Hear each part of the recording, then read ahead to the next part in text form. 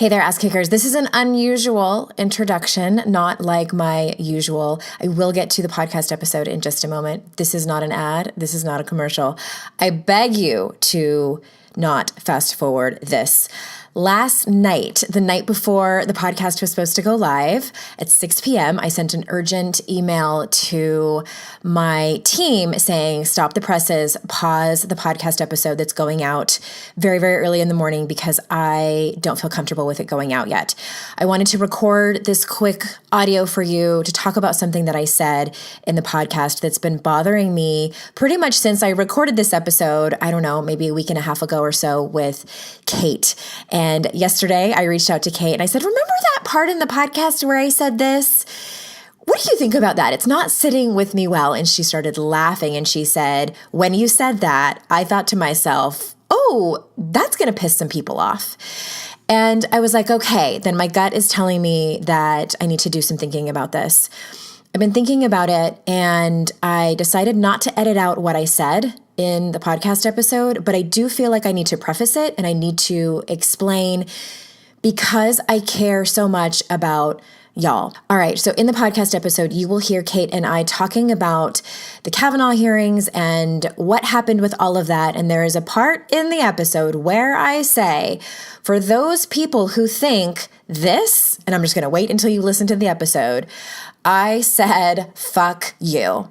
And I didn't just say it once. From what I remember, I haven't gone back and listened to it. I said it more than once.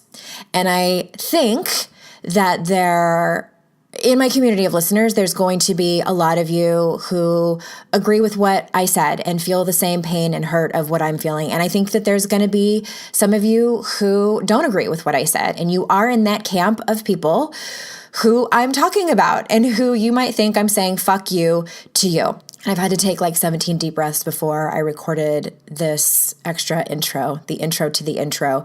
And I really went back and forth with taking it out and had to really do some thinking and some breathing and some soul searching on it and decided not to because A, that would be censoring myself, and B, I still feel that way, and C, I know that I've told you that these episodes are conversations about shit that matters with unqualified people. These are not teaching episodes. These are a look into my own head, my own life, my own real conversations with my friends as we unpack our own stuff. This topic on rape culture, as I've mentioned in previous episodes, is probably the most heated, the most charged for me personally. I still have a lot of unpacking to do on this. And then I was thinking, well, maybe then I shouldn't be talking about it over here. You know, I've gotten the advice from people like, don't talk about things that are super charged for you. But then I'm kind of like, well, yes, maybe I am making a huge mistake. Maybe I shouldn't do these episodes at all. Maybe in the new year, I'll stop doing them and shift gears. I don't know. But for the time being, I have decided not to edit it out. I have decided to keep it in there, but I want to say this. I want you to know that my anger throughout this whole topic for me, and specifically when that came up, it came from two places. It came from my own stuff, my own years and years and years and years of sexual harassment, of my own situations that have left me feeling powerless. It also even comes from the fact that I have a daughter and I am going to navigate this with her. She's only 9, but it will start shortly. The second place that it came from is the more that I learn about topics like this. I'm actually in 2 different classes right now. One is a class about liberation with Laren Alta, who's become a mentor to me. She's amazing. She's coming on the podcast in a few months. The other one just started. It's an anti-racism class. It's more of an just really anti-oppression class with Dr. T. Williams. He will also be on the podcast. And I'm going to talk more at length about these particular classes to hopefully have you sign up for them as well. But I wanted to get through them first to be able to fully endorse them. As I wake up to all of this and as I learn more and more about these types of topics, the realization that oppressed groups of people, in order for a culture to keep it up, to keep on with the oppression. I'm talking about women, I'm talking about people of color, I'm talking about trans people, I'm talking about disabled people, all of these marginalized groups. In order for a culture to keep marginalizing them, we have to dehumanize them. And more specifically, as I have this conversation with Kate, I feel the simmer of the feeling of being dehumanized as a woman. And as I watched the hearings and I watched online the conversations and the things that were being said about Dr. Ford, the dehumanization of her, and to hear it come from women, that's where my anger was coming from. And where it also was coming from is the more and more that I see this, the more and more that I see the dehumanization of marginalized groups of people, and more specifically in this conversation, the more and more I see the dehumanization of women who have faced any kind of sexual assault like Dr. Ford did, the more and more that I see the big picture. And the big picture, and I can't remember if I talk about it in this episode or the one that's coming out next week in part 2 with Kate, where it's all connected. The work that I do every day to help women feel enough to drop behaviors like perfectionism and numbing out and isolating and people pleasing and being strong and overachieving, all of that is stemmed from the culture that we live in.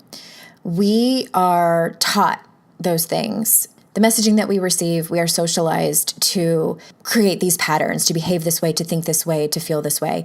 And without getting too much into it, I'm going to stop there on that.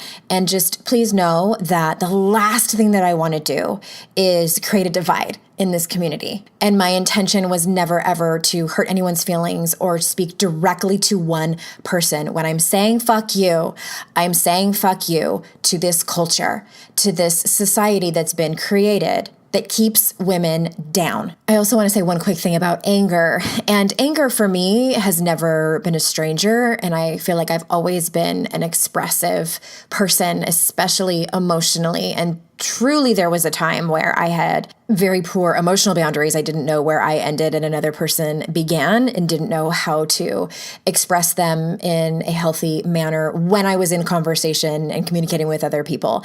And I still don't get it perfectly. Especially when it comes to feelings, the bigger ones, the more expressive ones like anger. I personally feel very comfortable expressing anger. And I know that there are a lot of women, especially women in this community, that struggle with it. And so hopefully me expressing my anger will give you some permission and just the inspiration to trust yourself enough to feel your own. Your anger is warranted.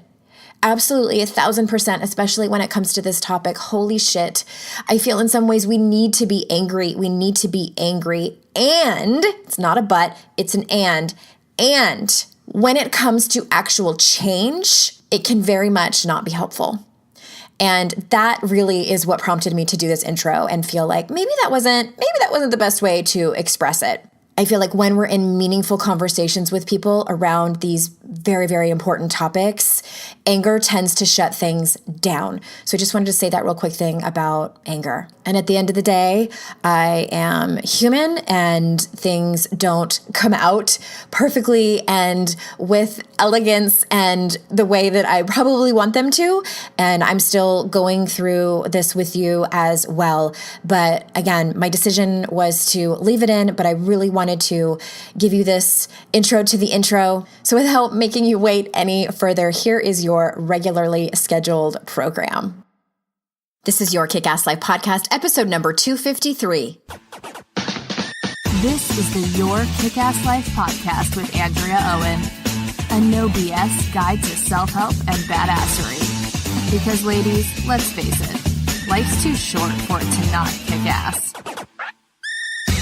And here's your host, the girl who serves it up straight with a side of crazy, Andrea Owen.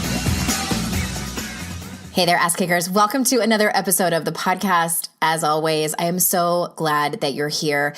We have a special episode, the episode of conversations about shit that matters with unqualified people. My friend Kate Anthony is back on the show for one of these conversations, and she actually kicked it off for me way back when we had 2 episodes on diet culture that also talked about body image and all of the things involved with that.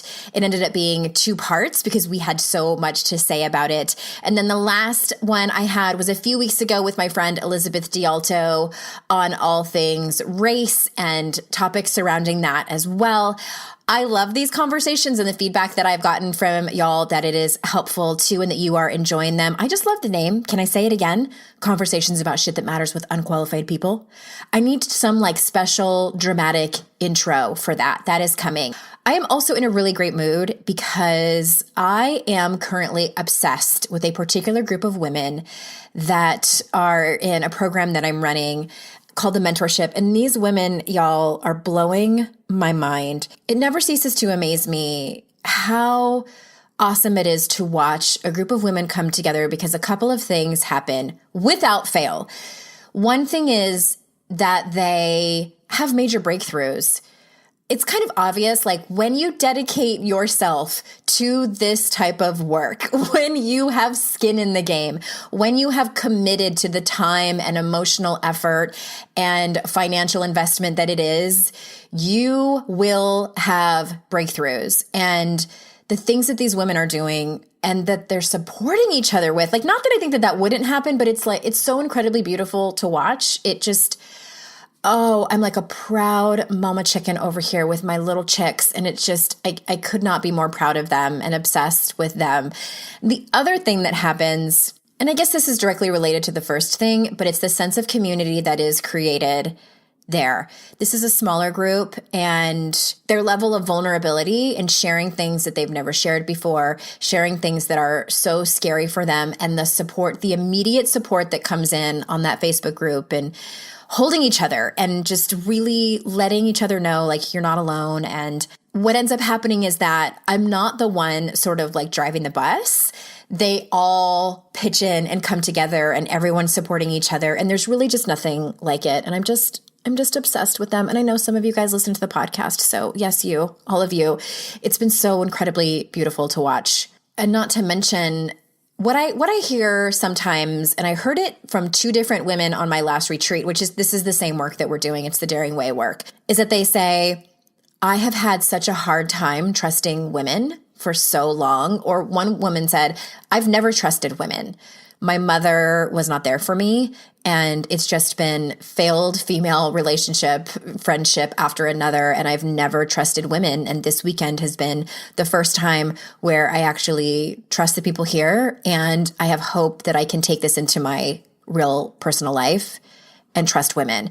And that, I mean, that made me cry. It totally blew my mind, which actually prompted me. I am going to do a free Zoom call with y'all. And I'm going to talk about 2 things that I see coming up as I do this particular work with women, the work I do on my retreats and in the mentorship. 2 particular topics that I want to support you with. The first one is trusting women. Why we don't trust women, I'm going to answer that question. And I'm also going to answer the question, how we can. How can we start to trust women again when we have been betrayed, when we have been turned against, when we have been stabbed in the back, where it just, we have a lot of evidence that we should not be trusting other women. I'm going to talk about that. And I'm also going to talk about the concept of feeling good enough. Is it something that we just decide? Is it like a mindset thing where we just decide that we feel good enough and work from there? You know, we work on our thoughts. You know, you hear a lot of people that they do thought work. Is that how we get to feeling good enough, or is it something else? This is something I've been doing for a long time with my people, and in the training that I have, the multiple trainings that I have that very much point to this particular topic, I'm going to help you out. So that is on November 9th. It's a Friday at 12:30 Eastern time. That's 9:30 Pacific.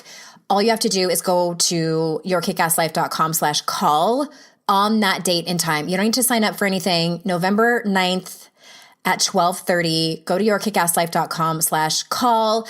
I'm going to be there on video, live. And if you can't make it live, don't sweat. We'll miss you for sure. But there will be a replay available for, I don't know how long, for a while. So don't rush. Don't rush. It's okay. I'm not going to, it's only available for an hour. So hurry up. No, it's not like that. I know y'all have really busy lives, but it's super fun. If you can come live, maybe it's on your lunch break and you can at least come for part of it and say, hi, I would love for you to be on video. If you can't because you're at work, then I understand. You can also just turn your video off and we'll make it work. I will also be taking questions and telling you also about my retreat in May, because that's what this work is all about. Trusting and feeling good enough. That's what it's all about. That was corny. Anyway, getting to the topic of today's conversations about shit that matters with unqualified people. My unqualified people today is, again, my friend Kate Anthony. And this one was tricky, okay, because we're talking about, we're talking about rape culture and we're talking about Me Too movement and what's going on. Well, what's happened over here in the States with the U.S. Supreme Court seat / nomination / hearing of Brett Kavanaugh and all that went down. And it's a lot to unpack. Last week I had Rebecca Basching on, and as you know, I mean, there were some moments in that podcast episode where I'm like, I was not my best self. I probably should have not said that, or I probably should have done a little bit of my own work on that. But, that's why I had her on as the expert in all of this. And I wanted to have this particular episode, not so much as a teaching episode, but just an honest conversation about unpacking this. And here's the thing I want you to know before I release this conversation to you. Number one, I feel like it goes without saying, but I need to say it anyway. Again, this is not one of the episodes where I am teaching you, here's this step-by-step process.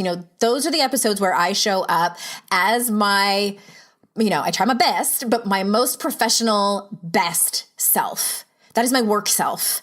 And, as you know, I think a lot of you, the reason that you like this podcast is because I'm relatable. I am as authentic as I possibly can be. But that's not to say, those are still teaching episodes. This particular episode, I, in a sense, let my hair down, and it's a little bit of a different tone because Kate and I still have a lot of unpacking to do. That's the point of these conversations about shit that matters with unqualified people. Emphasis on unqualified. And, I had one colleague say, aren't you worried about ruining your reputation? And I'm kind of like, no, because I feel like if somebody questions my reputation, well, then you're probably not a great fit for me. I take pride in the fact that I want y'all to know that I don't have the answer to absolutely positively everything. I don't. I'm still working through some of my own shit. And this topic especially is one of them. This is a big ass topic. And I brought Kate on because for many reasons, she's one of my dearest friends. I talk to her pretty much every day. And I know she's still unpacking it too. Here's the thing I'm kind of stalling telling you. Y'all know when these intros are really long that I'm like, oh, got to tell you this thing. I had planned, there was bullet points that Kate and I wrote out ahead of time, just certain topics that we wanted to make sure that we didn't miss and that we stayed mostly on topic. And one of the bullet points was that I wanted to make sure that both Kate and I shared our assault stories that we felt the most triggered by. I have several stories, and I would say that mine are more kind of in the category of harassment, pretty bad harassment. And there's one particular thing that happened to me when I was 19 that I wanted to talk about and also didn't want to talk about. It's one of those things that I've told this story to a couple of friends. I told the story to my therapist, and this is what I was telling Kate, is that I'm not entirely sure I have told the story in its entirety out loud. I have replayed the story many, many, many, many, many times in my head.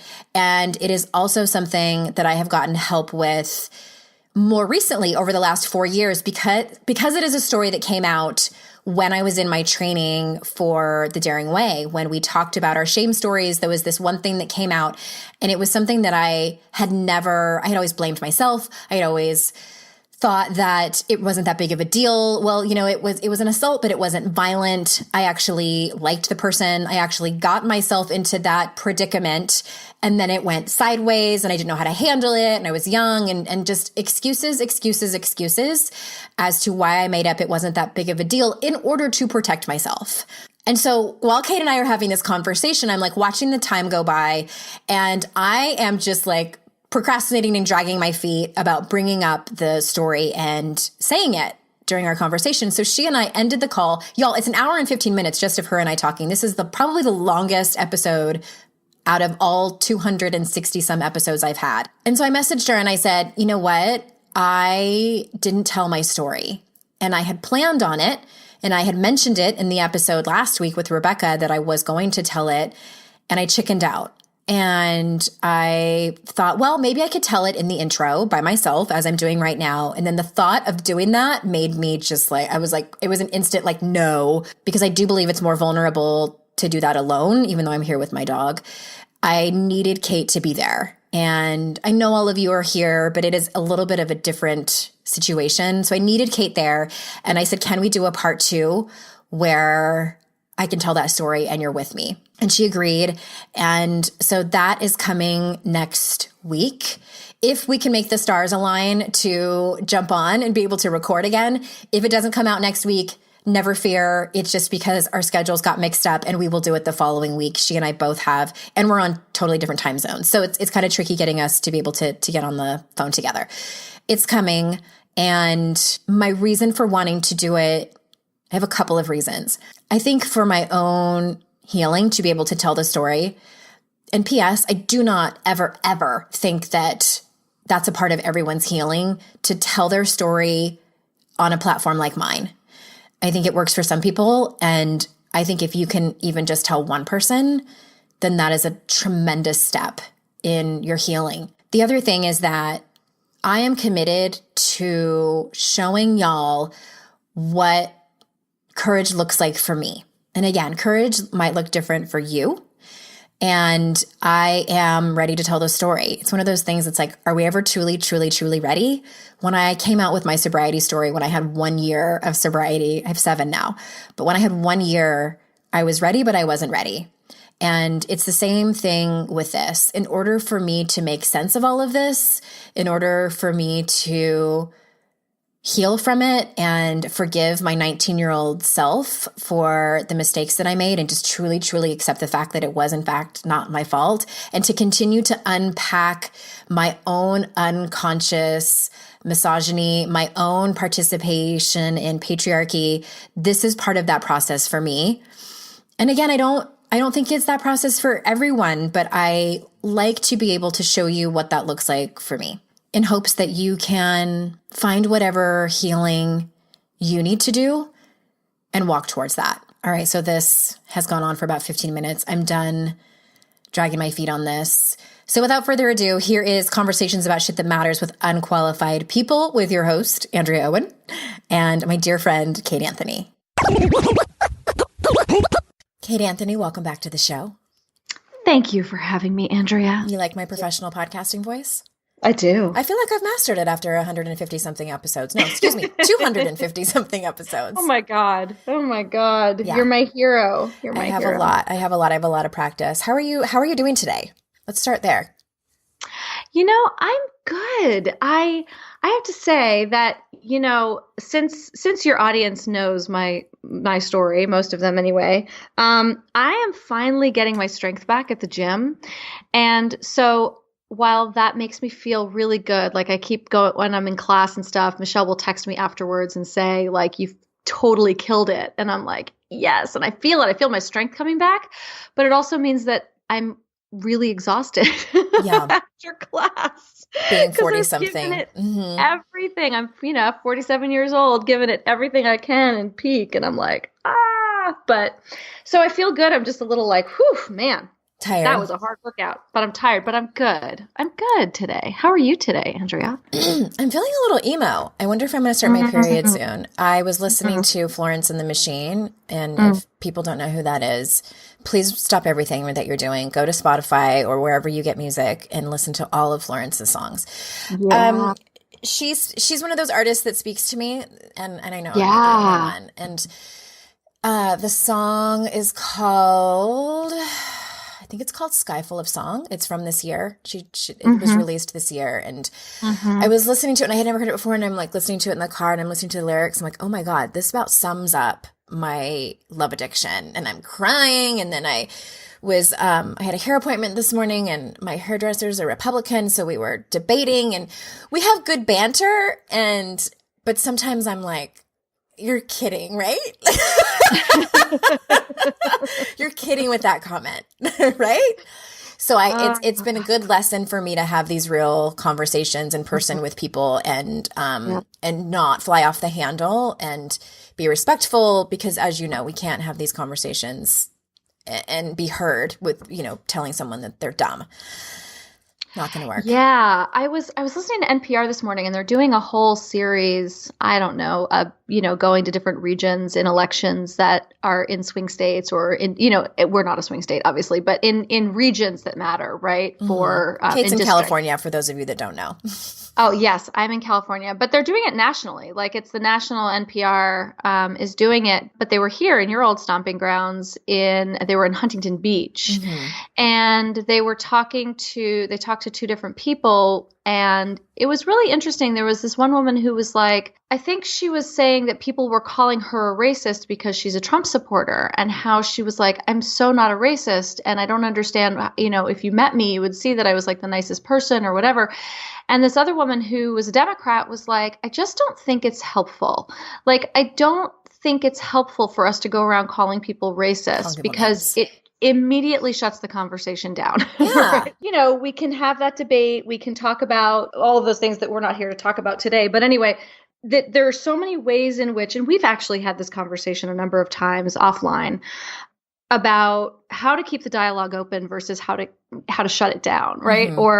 And different ways of keeping the dialogue open. And I think that that's a huge piece of where we're at right now is finding ways to keep dialogues open and not shutting them down. So good for you for keeping the dialogue open with your hairdresser.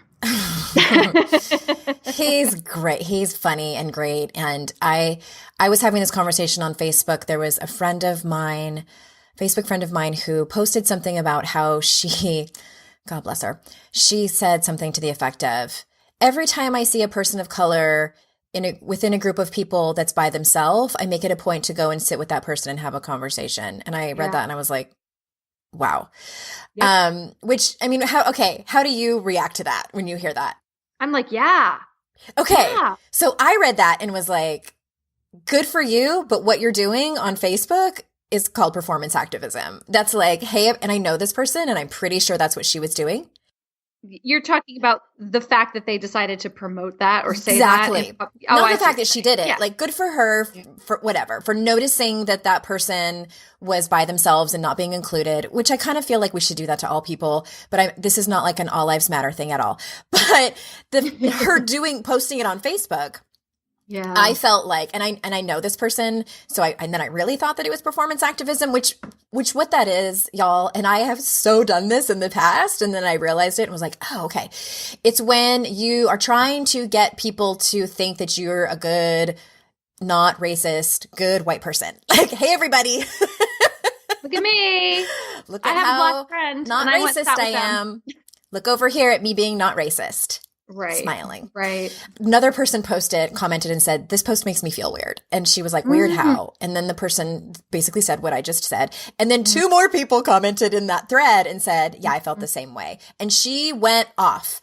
And I commented too. And I was trying to be very white friendly and like, hey, here's, as I understand, this is what this is. We're not mad that you did it. Like, good for you. It's just posting it on social media is not. She was basically like, I'm trying to tell people what's important and send a message. And I'm like, I get that, but it's a no.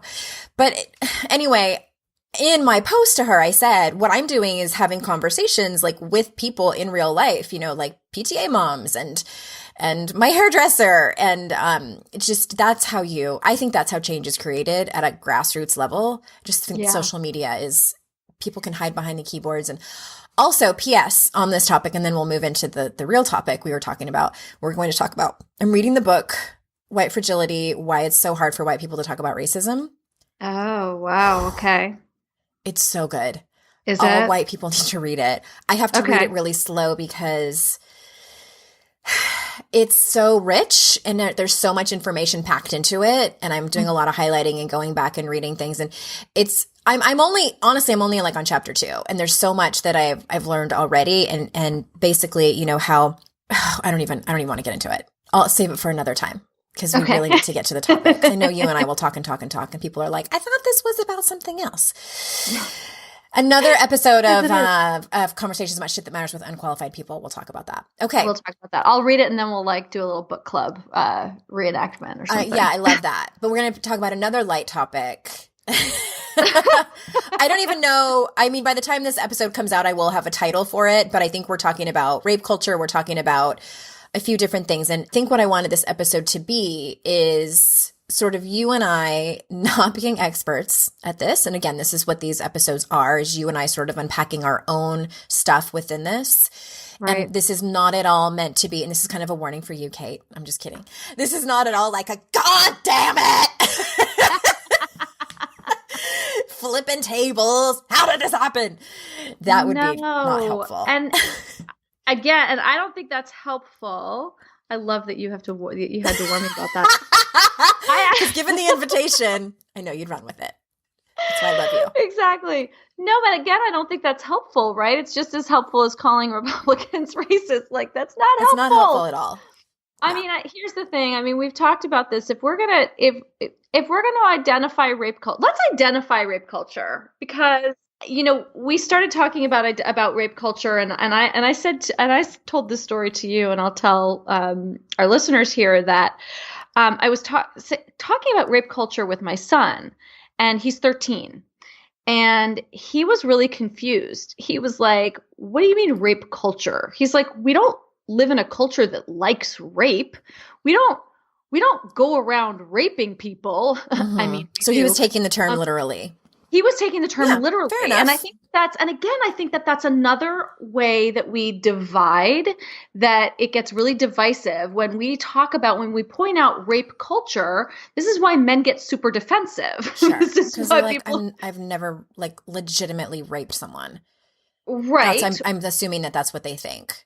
Held someone down, like that kind of like more violent rape that we think of. Yeah. Right. And also that we don't live in a culture that supports and promotes rape. Right. I mean, in many ways we do. Right. But when we call it rape culture, I think it's confusing to people who are still trying to figure out what the hell we're talking about. Yeah. So it's helpful to back it up and actually define it. Like, what is rape culture? Yeah. Well, I think for me, what was helpful in learning about it was these like kind of small things that we as a culture have normalized that create rape culture. So it's a society that accepts these certain things. And so just, you know, quickly to sort of flip through them. It's, oh God, this makes me sick. I'll start with, slut shaming. And yeah. God, I'm like raised hand over here. I have spent a lot of time slut shaming myself. Yep. Joking about it, shaming other women for their decisions and their partners, their amount of partners, the choices that they've made. Victim blaming is another form of, that attributes to rape culture. Coerced consent. Oy. Okay, quick story. My ex-husband, one of the ways he got me to sleep with him, I mean, I would have slept with him anyway, but I wouldn't have done it as quickly as I did, but he would say to me things like, I bet you're terrible in bed. He's like, he would say like, oh, I bet you just like lay there and do nothing. Oh my God, I remember you telling me and I was like, no, I don't. That's coerced consent. It's just like that kind of like, let me talk you into this instead of making it like a mutual decision. I mean, there were other things that he said and did, but yeah. Yeah, you Yikes. told me about those. Yes. Yes. And And all, the blue balls, blue if balls. you Oh, loved that's me, such you a would do great one. it. Don't be a tease. Yeah, that was the one that I got in high school a lot. That was Mm-hmm. the one that had all of the senior boys. Can I tell this story Yeah. now? That I had all the senior boys surrounding me, and calling me a slut and a cock tease because I flirted with them, but I didn't sleep with them.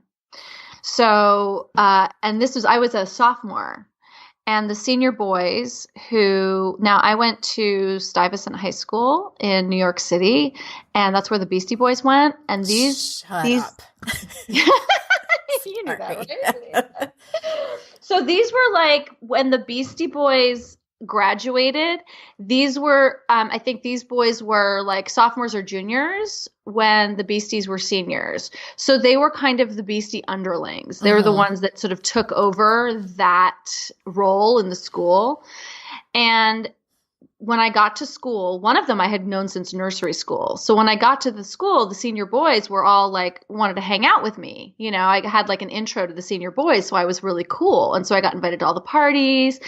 And I also came from an all girls private school. So I didn't know how to act around boys at all. And I was flirty, and nowadays it would just whatever. I was probably too flirty, but also whatever. The fact that I didn't sleep with them, that I didn't follow through on my flirtations, one day I left school and they were waiting for me outside with eggs and shaving cream. And they completely egged me, they shaving creamed me, and then they encircled me. So all these senior boys, and I was a sophomore, brand new to the school, and they all stood around me in a circle and started screaming at me, calling me a cock tease and a slut, and that I would never, that they would like basically kill my reputation in the school, and like all of this, like all of it. Nice. Yeah. That's, friendly. It was great. No, Yeah. It was really awesome. It was really awesome. Oh God. I didn't go to school for a while after that. So it's examples like that, and revenge porn is part of rape culture. Yeah. As well as it's really, just the belief that men are entitled to women's bodies, that they feel entitled to be able to grope and touch women's bodies, and that it's no big deal, and that it's a compliment. That is part of rape culture. And the fact that we as a society worry more about a man's reputation than a woman's trauma. Yes, absolutely. It's more important. Absolutely. And it's, oh God, this idea, the belief that men are entitled to, given the work that I do, right, with women trying to decide whether or not to leave their marriages, I hear a lot of stories, and you'd be surprised how many times I hear from women that their husbands have had sex with them while they were passed out, and that I have to educate them that their husbands are raping them, because we just don't think of it that way. Yeah. Right. Yeah. They don't think of it that way. It's hard to wrap your brain around that. First of all, that your husband raped you, but they know there's something wrong, or they wouldn't be telling me, right? They wouldn't be coming to me with this information if they didn't already feel and know that there was something off about this. Yeah. Well, and and to say that this is one of those things that's, and the reason that I wanted to have one of these episodes with you is because this is the sort of things that I've been sort of unpacking over the last handful of years. And one of the things that came up for me, and I've kind of thought about this girl over the years, but I was looking through my senior year high school yearbook for some reason or another. This was a while back. And I was flipping through it, and I noticed she must have been a junior when I was a senior. And there was this girl, and her first name was Jenny, and she and I were not friends, but there was a story that had gone around about her, and I was friends with some girls that were juniors. And this one particular friend, her name was Regina, she hated Jenny and they called her carrot fucker. And I'm like, why do you call her carrot fucker? So apparently at a party, and this was the story. It wasn't like the story didn't go, Jenny did it on purpose. The story went that she had passed out and that Jenny's boyfriend got a carrot and used it on her in front of his friends. And I mean, this was pre-cell phone days. This was the early 90s. thank goodness, I guess, if there's a thank goodness in this, Yeah. it's that there was no pictures. But so this story went around about this girl, and she was nicknamed Carrot Fucker. And in my yearbook, Regina had taken a Sharpie and written Carrot Fucker across this girl's face in my yearbook. And I remember back then that hearing that story making me feel a little bit sick, but not saying anything about it. Like going along with the joke and the dislike and distaste of this girl. But kind of, and maybe it was a little bit unconscious, but I distinctly remember feeling like, but she didn't, I mean, what? Like it was confusing. And I've thought about her so many times over the years. And she's such a common last name, like to try to find her on Facebook. And she and I were never really friends, but I remember seeing her at school and just my heart just broke for her. And then there was this other girl too that God, I'm just remembering this. She had apparently broken up with this boy that they were dating, and then she didn't like him anymore, and she broke up with him. And do you remember underground newspapers? Anybody? Did you have those at your school? Yeah, okay. Totally. So there was this underground newsletter thing that went around about her. I think her name was Julie, and she was beautiful. And he wrote the most awful, violent poem about her using her first and last name, and talked about slicing her breasts like salami. Whoa. And it was bad. It was so bad that, I mean, all of us were like, wow, like you have crossed the line. He was so furious with her for breaking up with him, and she dropped out of school. And so it's I mean, that one's pretty bad, but it's like these things that happen that, and like that kid didn't get kicked out of school. Right. He stayed. Right. He got to stay. Yeah. I had a story from when I think I was in maybe 9th grade. And like I said, I went to this all girls private school. And sorry, I didn't mean to cut off your story. Like that. No, that was the end of it. Like, I just actually remembered awful. It's just awful, right? That he gets to stay in school and she drops out because she's scared. It's just because she's scared and humiliated and totally fucking humiliated. Yes, and that's probably at that point in her life, it was more about the humiliation than fear. Like I almost feel like in these situations when we were younger, certainly when we were in high school, like we didn't even know to be afraid. That's what's so weird to me sometimes. I did, but I questioned it. Right. We're like, that doesn't seem right, but oh well. It's fine. Yeah, it's fine. It's fine. Yep, totally. So when I was it was either 8th or 9th grade, I went to this all-girls private school. And like I said, I didn't have brothers, and I didn't know how to be with boys other than in chaperoned dance like experiences, right? Like that was the only time I was with boys, was when it was a dance and they were chaperoned. So there was obviously this like otherness about a boy that were sort of set up as being sexual or partnering or something that needed to be observed, right? And so we started having crushes on these boys from this neighboring boys' school. And every day after school, we would go over and we would like just happen to be standing across the street from where they got out. And like a gaggle of girls. Like, give me a break. It was like a bus ride away, by the way. And so eventually we started hanging out with them and doing things on the weekends. And one weekend we went to see a movie. We went to see, this is going to age me. We went to see the movie Chud. Do you remember that movie, No. Chud? Cannibalistic humanoid underground dwellers. I do not. That must have been a New York City thing. That was a movie. That was a horror movie. It was like a B horror movie. I thought you were going to say the movie Ghost. No. Which is also from the early 90s. Right. No, this was from the 80s, from the mid 80s. Okay. And because I'm so much older than you. So I sit between the two boys that I kind of had a crush on, both of them. They were both like the cooler ones. And they asked, both of them were like, I want to sit next to Katie. And so like I was in the middle. And halfway through the movie, one of them starts like holding my hand. And I was like, oh my God. And then the other one reaches and holds my other hand. And I'm now going like, a little panicked and I don't really know what to do. Mm-hmm. I'm like 14, 15. And I really didn't know what to do. And like, they're both like stroking my hands and like up my arm and sort of like heading for the boob area. And I'm like literally panicked. Like, I don't know what to do.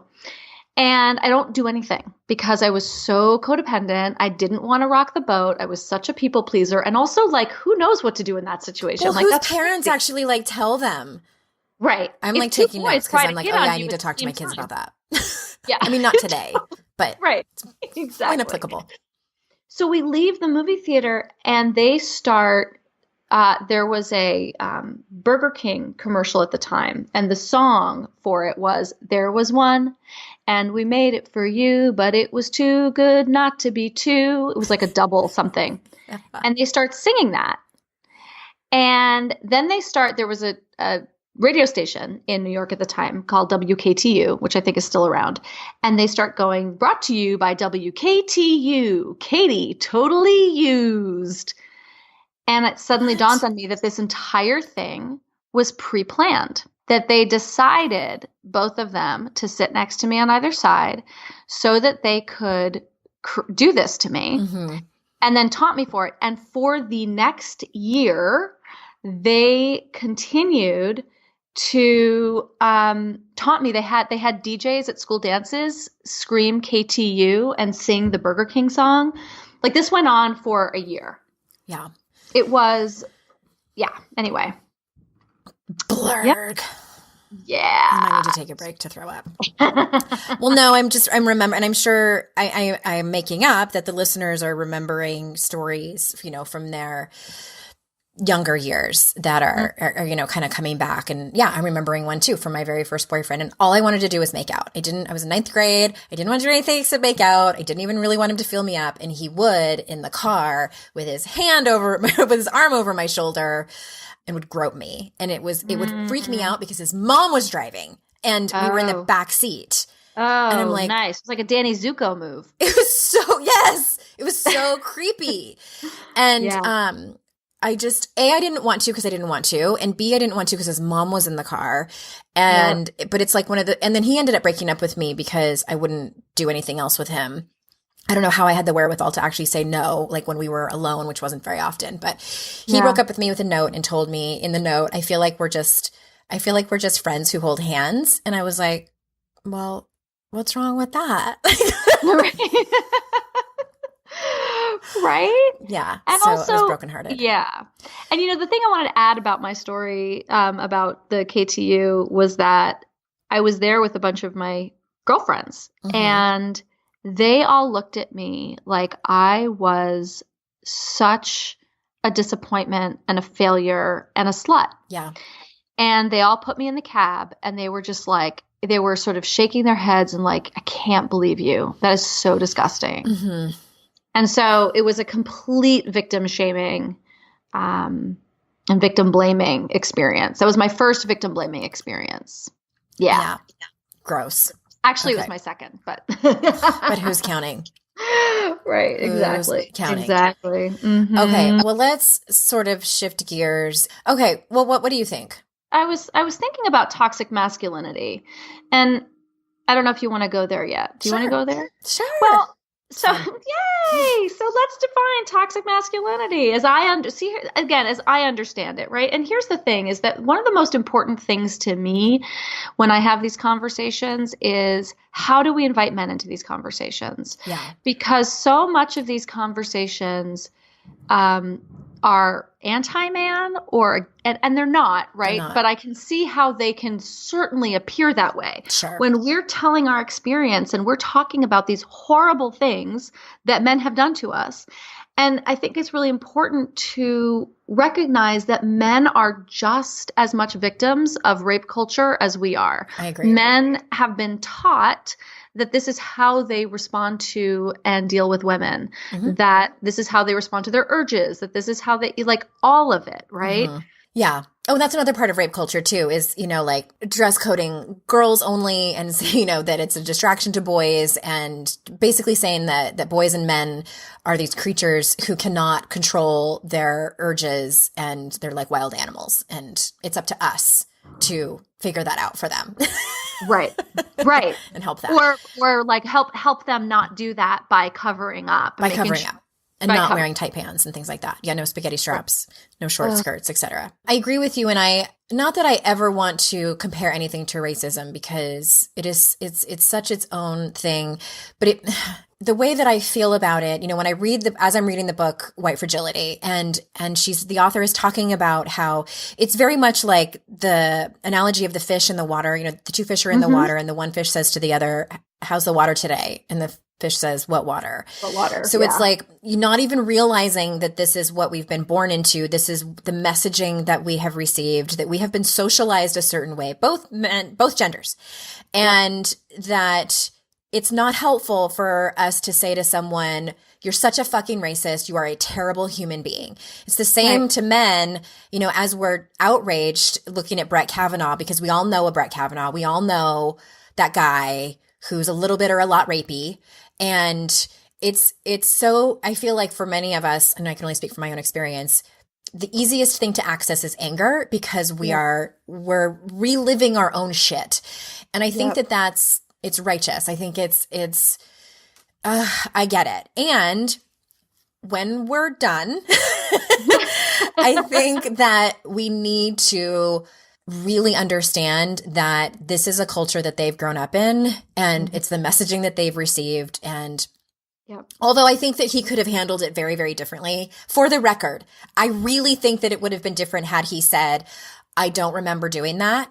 If I did, he could have apologized from such a heartfelt place and said, it's unacceptable that this is the culture that we're, there's been so many people that have written great apologies for him. That was the thing for me, was that, look, I know that guy. I was raped by that guy. We know that guy.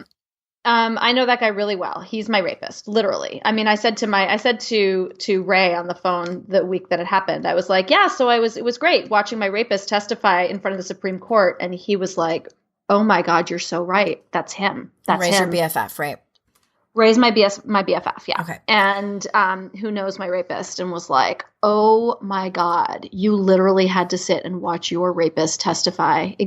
Literally exactly. He's that guy. He looks like him.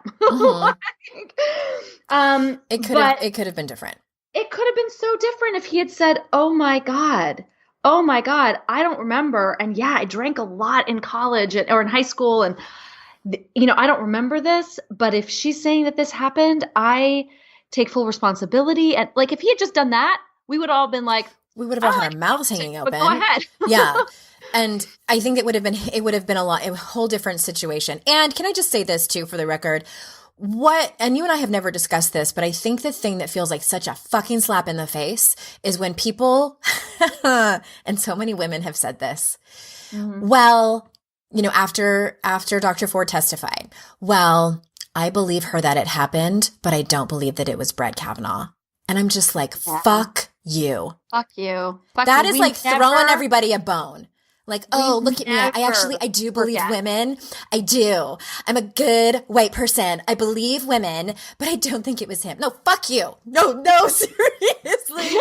I can't. That is the thing. I'm like on Instagram, reading people argue back and forth, and it's everything in my body to not respond, especially when it's these women who are like mothers, and I'm just like, yeah, I am not a good person in those moments. Kate. I'm not a good person. I'm not. No, I mean, I'm with you on that.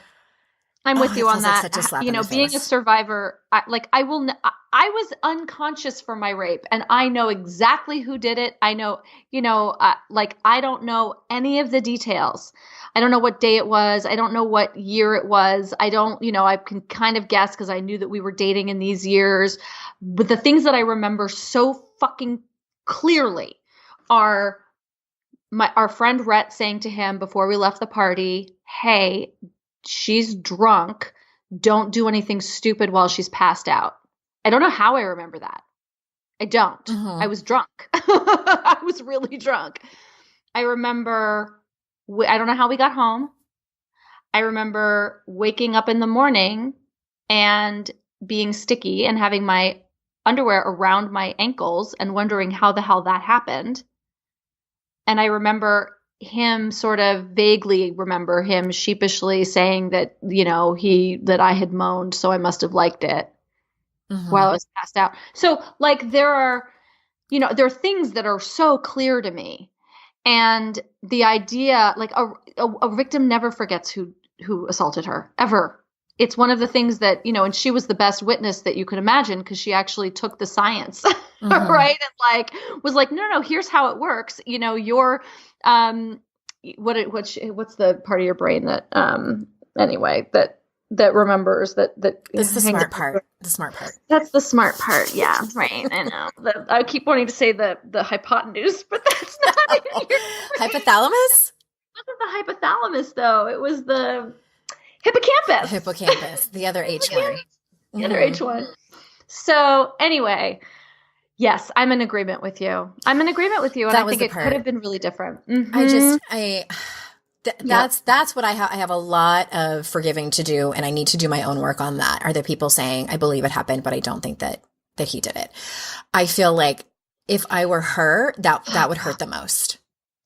Well, and this sort of brings us around to a conversation that we've had a few times about the fact that, like, what does it mean? What would it mean for them to have to admit that they believed her and that it was him? Because we all know that guy. Because many women are married to that guy. Yeah. He's so familiar. He is an archetype for many women. To admit it, to say, I actually believe her and I think he did this, they're saying, my husband does this to me on a regular basis. They're saying, this happened to me. This, it happened to my friend and my sister. It happened to my friend. My brother did it. I didn't, and I blamed her and I did, right. The degrees to which we have to look at ourselves and, what it is that we are unfolding and willing to and having to face in our own histories, in our own lives, it's a denial mechanism. And I frankly don't know that it's a conscious one. I don't think it is. Being someone who used to be that woman, I absolutely positively don't think it's a conscious one. Right. Absolutely. I think it's self-preservation. It's protecting the patriarchy at all costs. Yes. That's what I think it is. It is. I used to do it too. And that's an internal patriarchy. Right. It's not just the patriarchy, our cultural patriarchy. It's the internalized patriarchy. It's internalized misogyny. And I think too, what it has to do with is class and status. And, for these women to really turn their head and look at the truth of the matter is going to require them to dig deep and look at layers of pain that they sure as shit don't want to. It's going to have them admit that the men in their life are seriously flawed. It's going to have them admit that the culture at large is seriously flawed. And it's also going to there's so many things. It also is going to have them be a traitor to their own, either their political party or their beliefs or all of that. It's going to have them probably just do work that they might not be ready to do. Yeah, absolutely. And the other thing I was going to say is that, part of this denial is that our brains and our bodies shield us from trauma. And so especially if these women have experienced it, it's going to require uncovering trauma. And the brain doesn't allow you to do that safely, right? Unless it's safe, right? Unless it's sort of helped and guided and all of those things, because facing and feeling the trauma is terrifying and traumatic, right? So we have systems that protect ourselves from that. Yes, that smarty brain science stuff. And I remember the other thing that I was thinking of that I forgot about momentarily. I think that what it means for women, especially, to have to admit that is that and I think this is largely unconscious. I don't know, maybe it's not. But it's, if I am that woman and if I have to admit that this is going on, it also means that and when I say like protecting the patriarchy, what I mean is, and what I say, this is over and over again with white women. And I think that largely my audience is this person. And what I have seen is that, and what I have experienced, again, unconscious, if I question this, if I challenge toxic masculinity, the patriarchy, misogyny, then I am turning against a construct that I have largely benefited from my entire life as a white woman. Having, men be entitled, white men be entitled to fucking everything, not just women's bodies, but everything. Right. Then what does that mean for me? Right. Absolutely. Absolutely.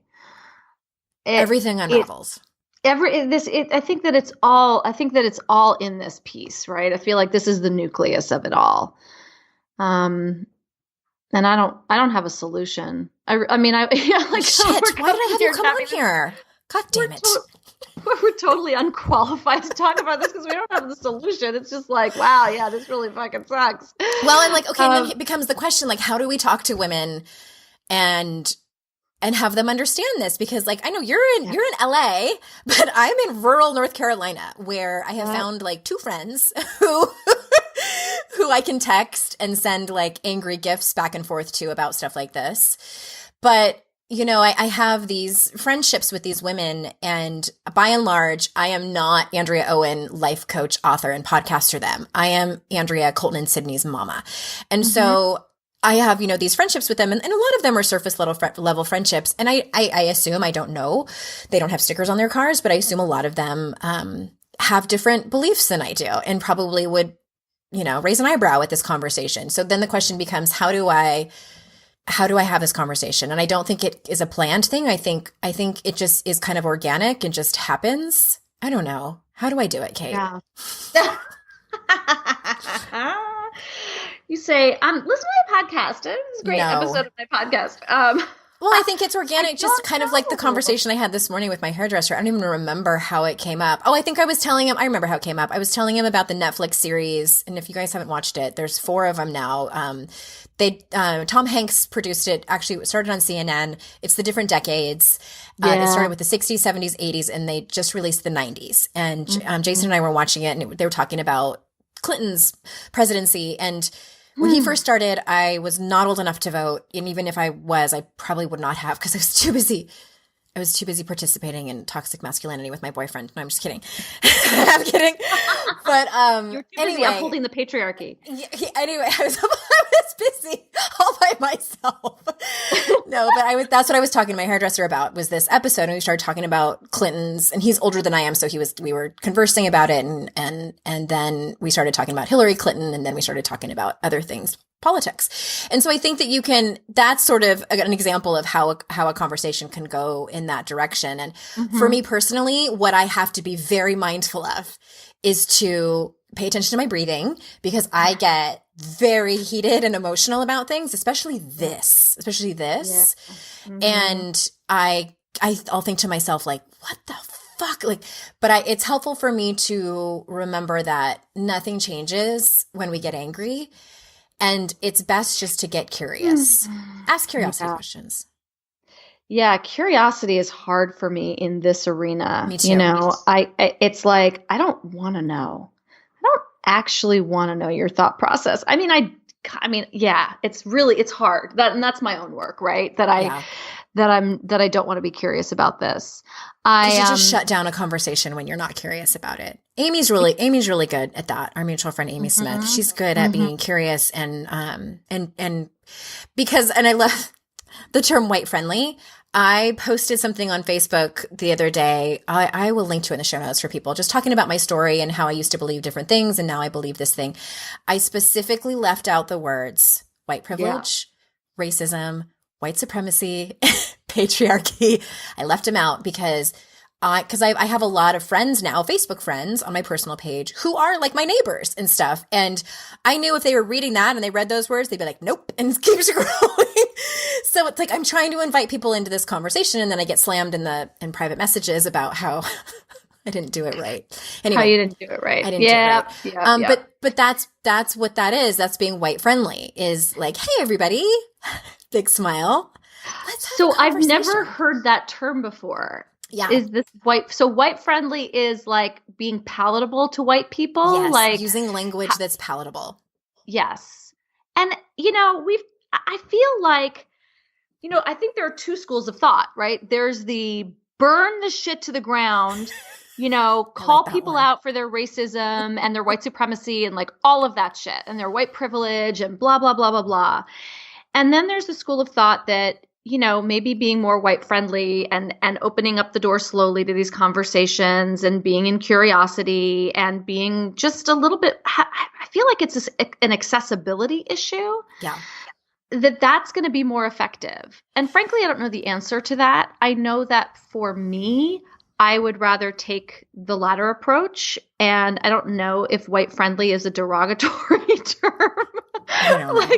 It sounds like it when you say it because it sounds like white privilege, right? But I do feel that the softer approach is going to be the more effective approach because that's how I changed.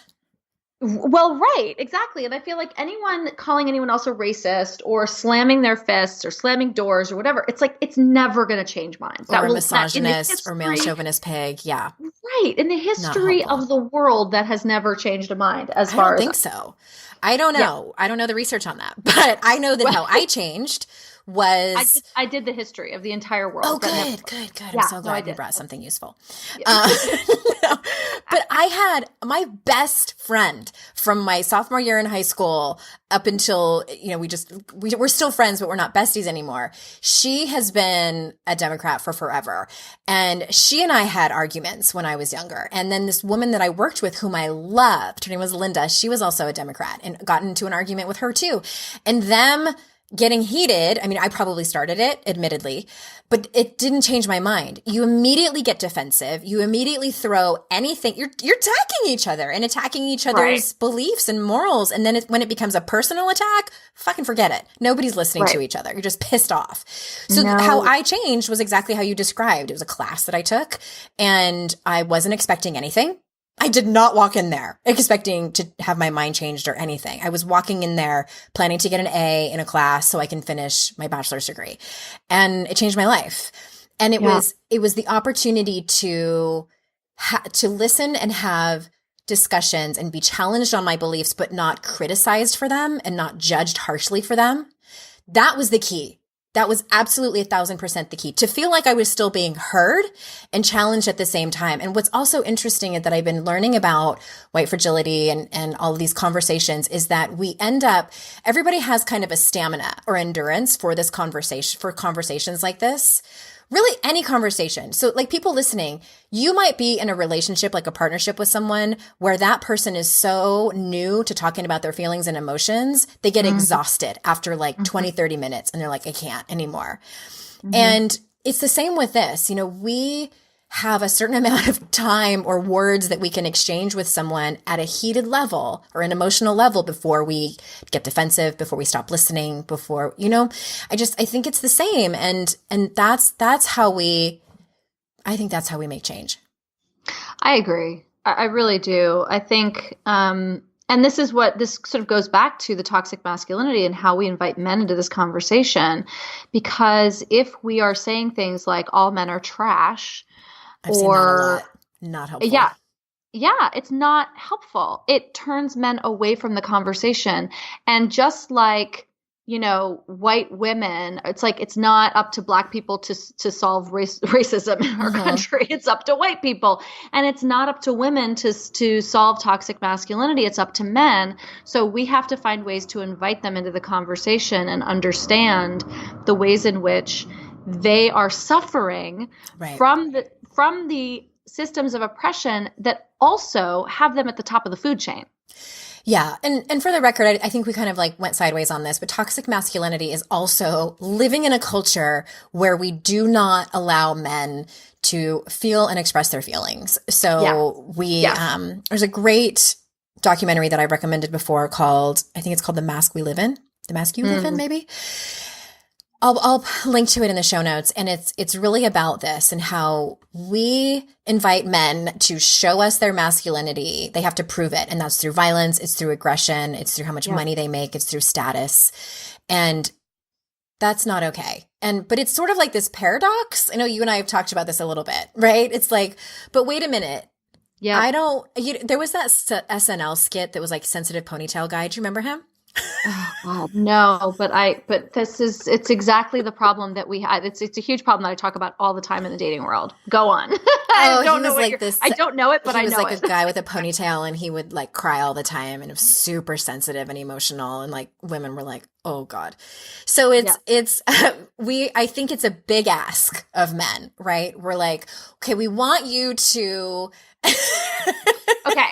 So here's what you have to do. You have to be like super vulnerable and like really emotional, but not too much because it kicks up that primal thing of like, wait a minute, you can't protect me. Yeah.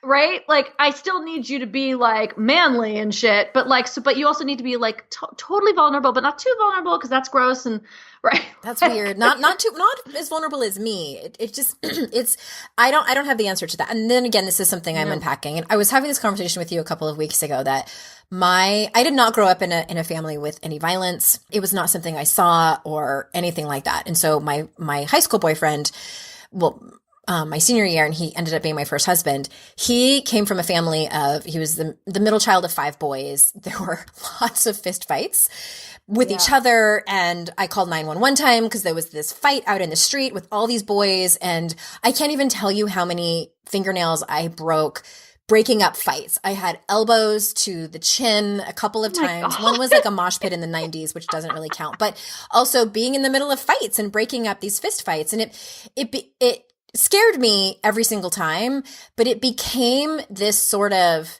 thing that it like pains me to say this, but I loved him for it because I could always rely, if some dude disrespected me, I could just, even though I didn't have a cell phone back then, but make a phone call or just holler and 5 dudes would show up to kick that guy's ass, the one of them being my boyfriend and his friends or brothers. And he was always defending my honor, but at the same time treating me like shit. It was very confusing, but nobody disrespected me and everybody knew who I was because I was known as, I won't say his name, but so-and-so's girlfriend. Oh, you're his girl. And I loved that. I loved that. And, so in lies the paradox of, is this some kind of biological thing that is inherent, or is that something we're taught to want and to love and revere in men?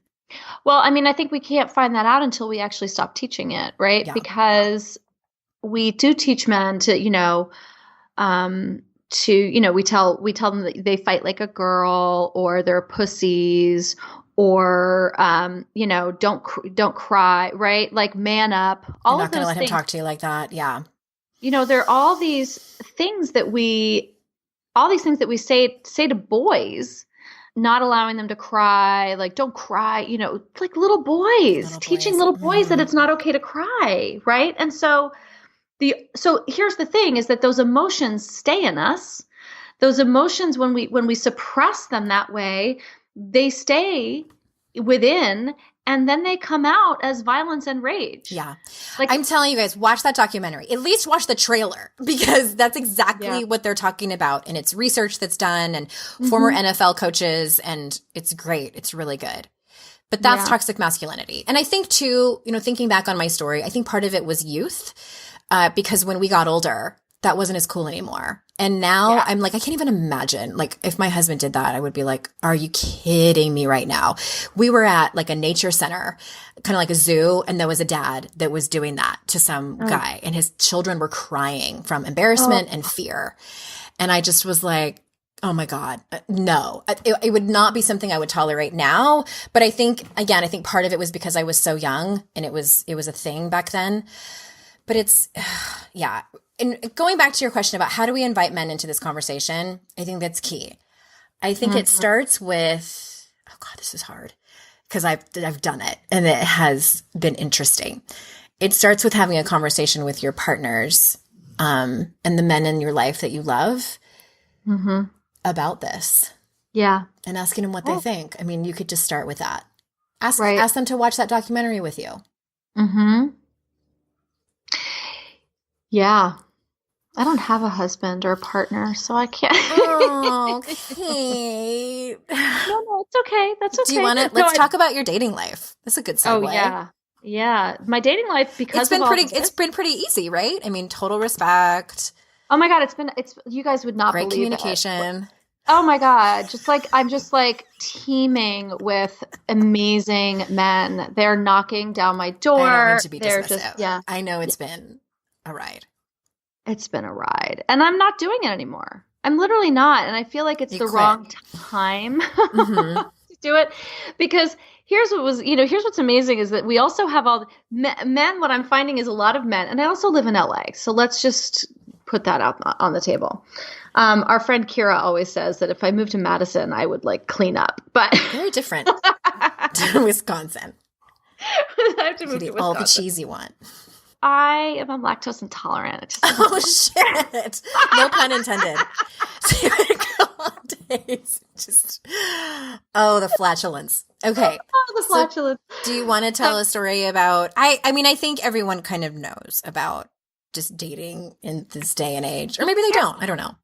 Well, so I'll tell, there are two stories of recently of note that basically had me just shut the whole thing down.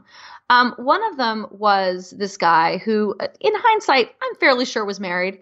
My friend Alice called it early on, and I was like, no. And I'm a New Yorker. I'm not stupid, right? And I've been dating for a long time. But somehow this guy just kind of managed to pull the wool over my eyes. And part of it was because he kept talking about, I don't know how women are dating right now. Men are such shits. Oh, he was saying that? Yes. Interesting. And in hindsight, I'm like, wow, that was grooming. Yeah. I don't remember you telling me this part.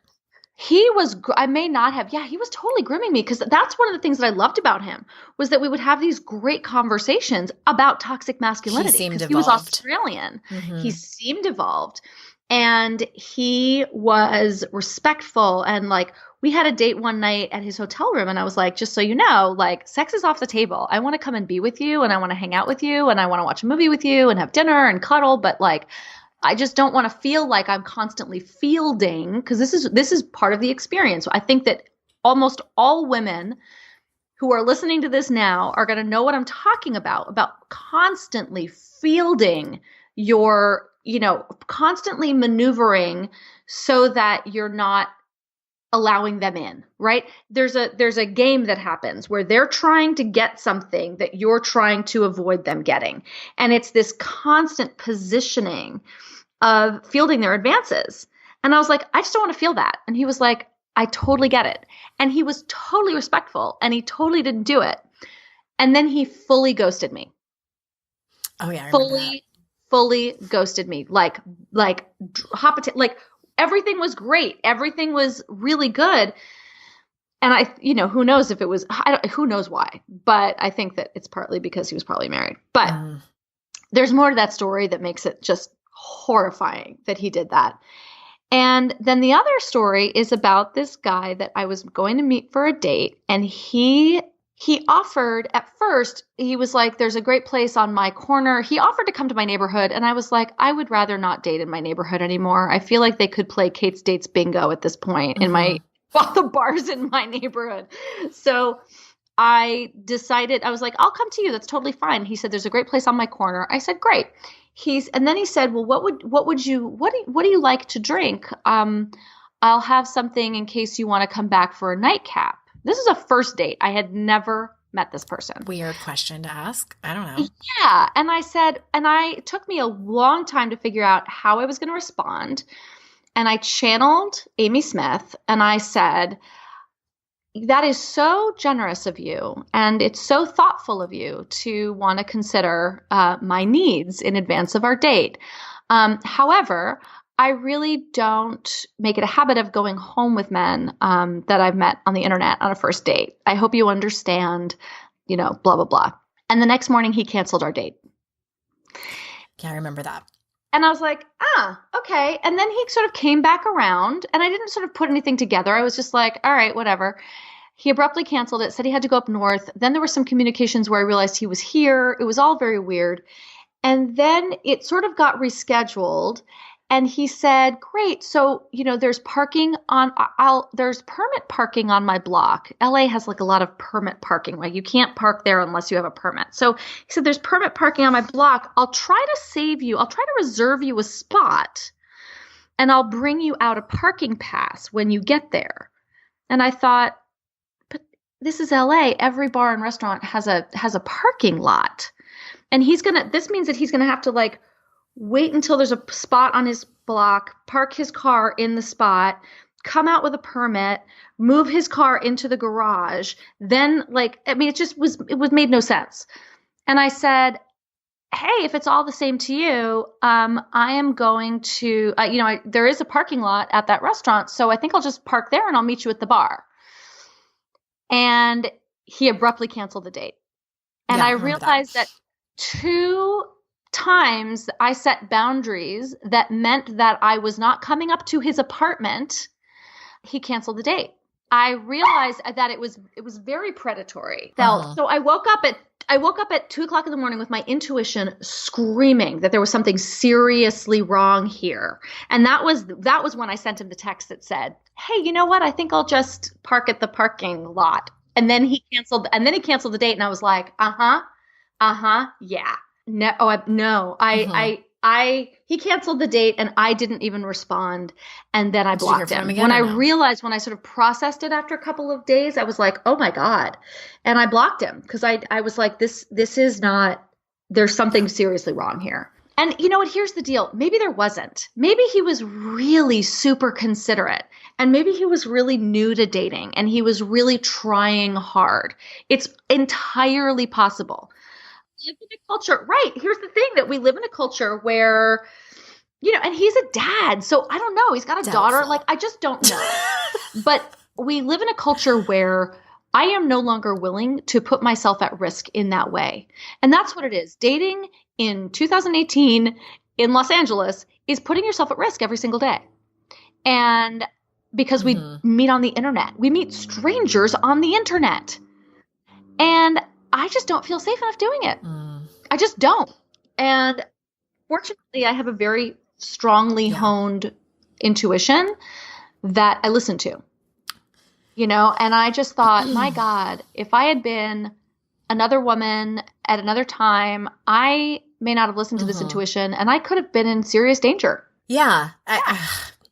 I mean, my dating history isn't as long as yours, but I mean, I've been in some dangerous situations, like in Tijuana, Mexico, getting drugs for like, maybe we shouldn't be here at 10:30 at night. I don't know. Is it just me or being down there by myself? Yeah. Getting illegal drugs to bring back over the border into the United States, which could have put me in Mexican jail, not the United States.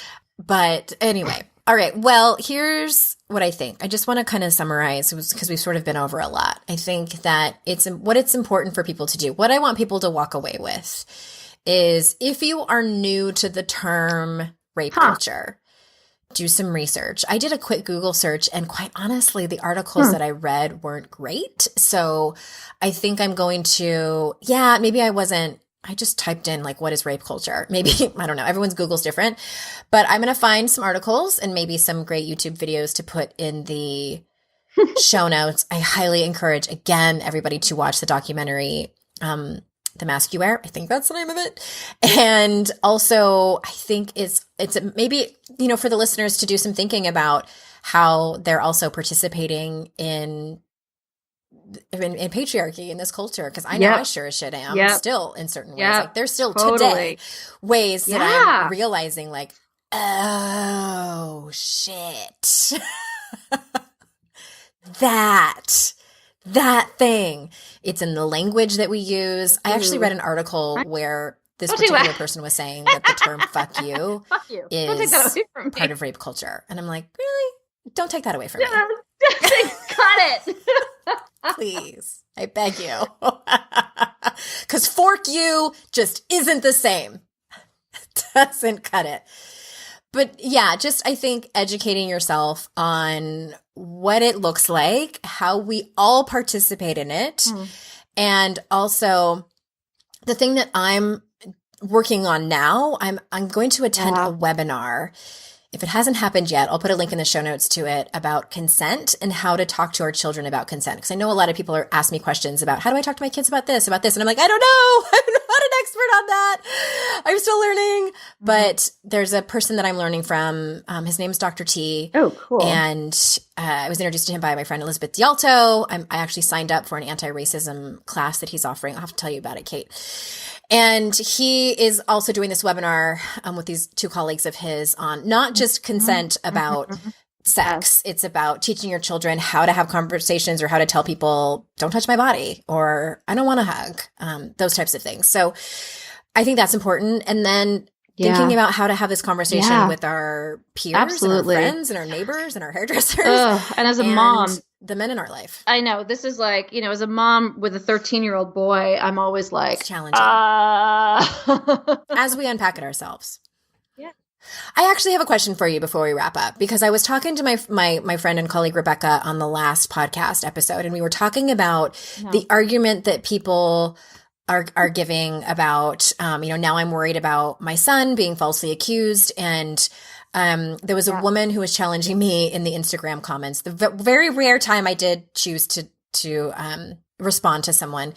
And she said, I can't even remember what I had said to prompt this question. And she said, something like to the effect of, are you one of those moms who think are raising your son so well that he would never, ever do something like that?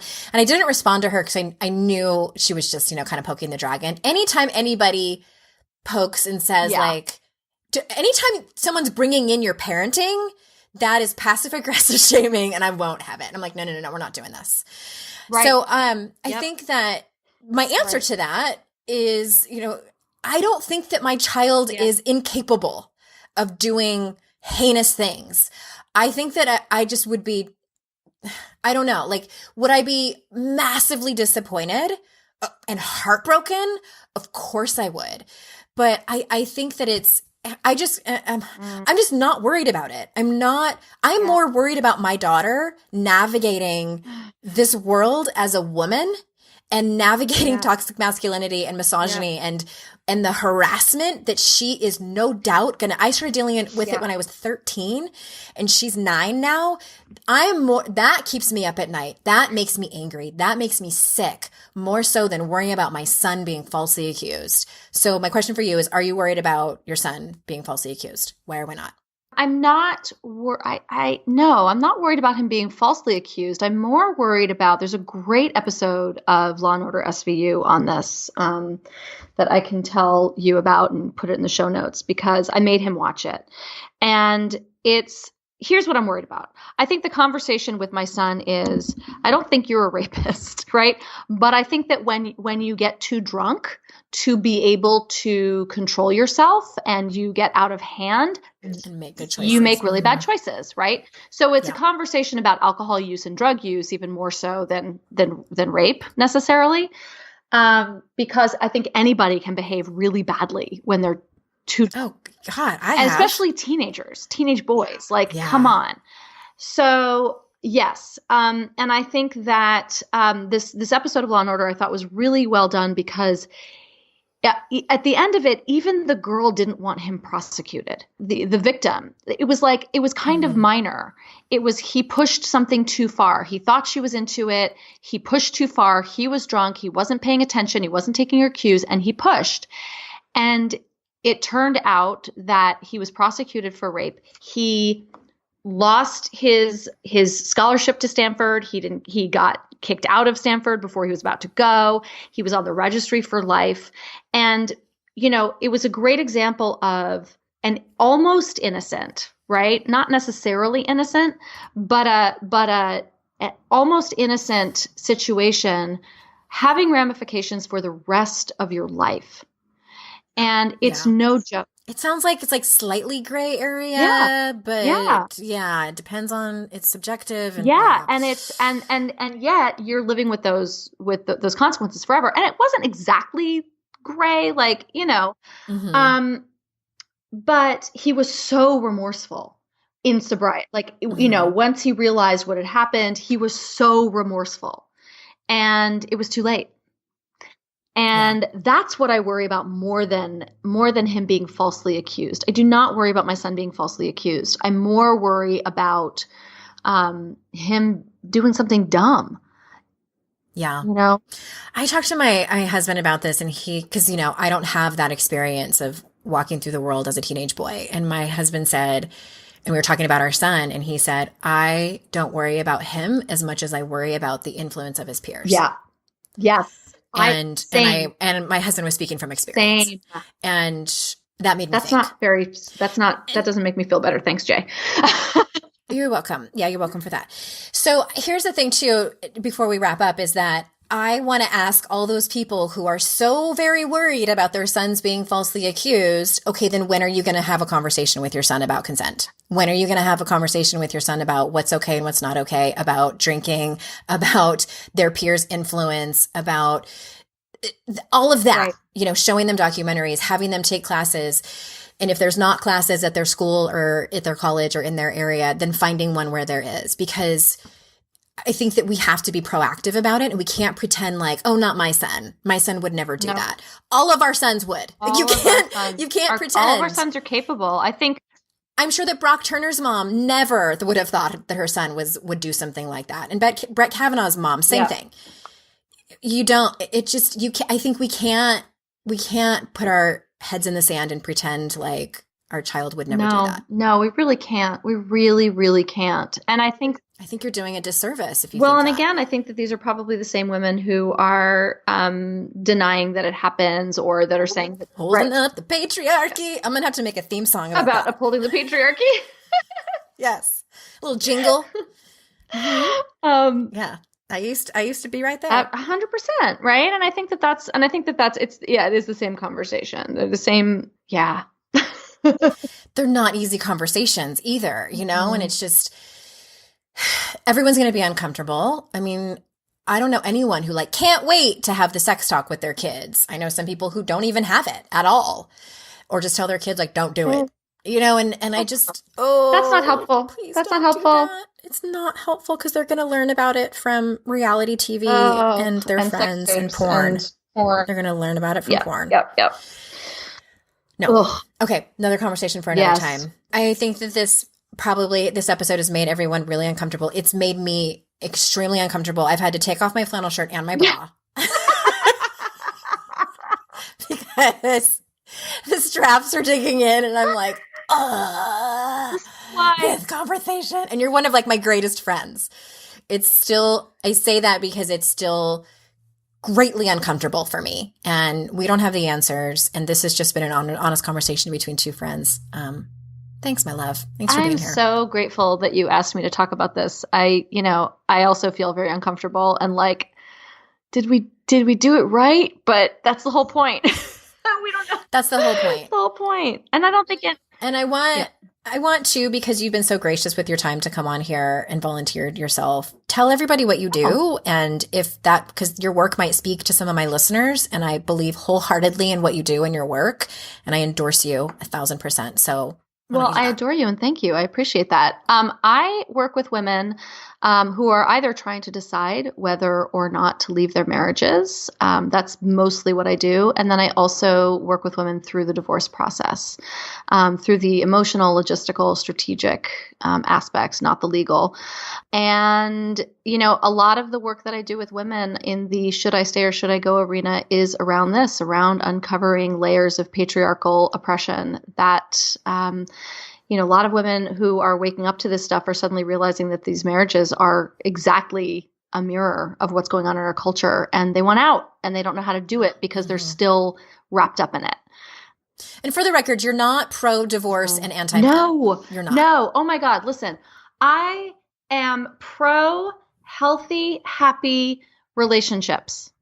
I'm also a relationship coach. So I love healthy, happy relationships. I do not want people to get divorced if there's work to be done. And I think that is what I do is help people do all the work. If you're like, is there just one more thing I haven't tried? Like there actually might be. And I want to help you do every ounce of that work, because the statistics are that 50% of first marriages end in divorce, 68% of second marriages end in divorce, and 73% of third marriages end in divorce because we don't do the work to figure out what went wrong the first time. We just get rid of the husband or the spouse and we replace them with another one, and it doesn't work. So I help you like uncover all of the rocks and dig through all of the shit, so that you can actually be sure about your decision one way or the other. Or if you're like me, you do the work while you're in your second marriage, so you don't become one of the 68%. Exactly. Because I can totally see that happening. Yeah, totally. Yep. 100%. 100%. Yeah. Thank you. Thank you, Paula. Everyone, thanks for staying with us. This has been a longer than usual episode, and I kind of had a feeling it would be. We had a lot to unpack, and Kate and I tend to be a bit verbose when we're together. So thank you for listening. I know your time is extremely valuable, so I am so grateful for your time. And until next time, I will see you all out in cyberspace. Bye-bye, everybody.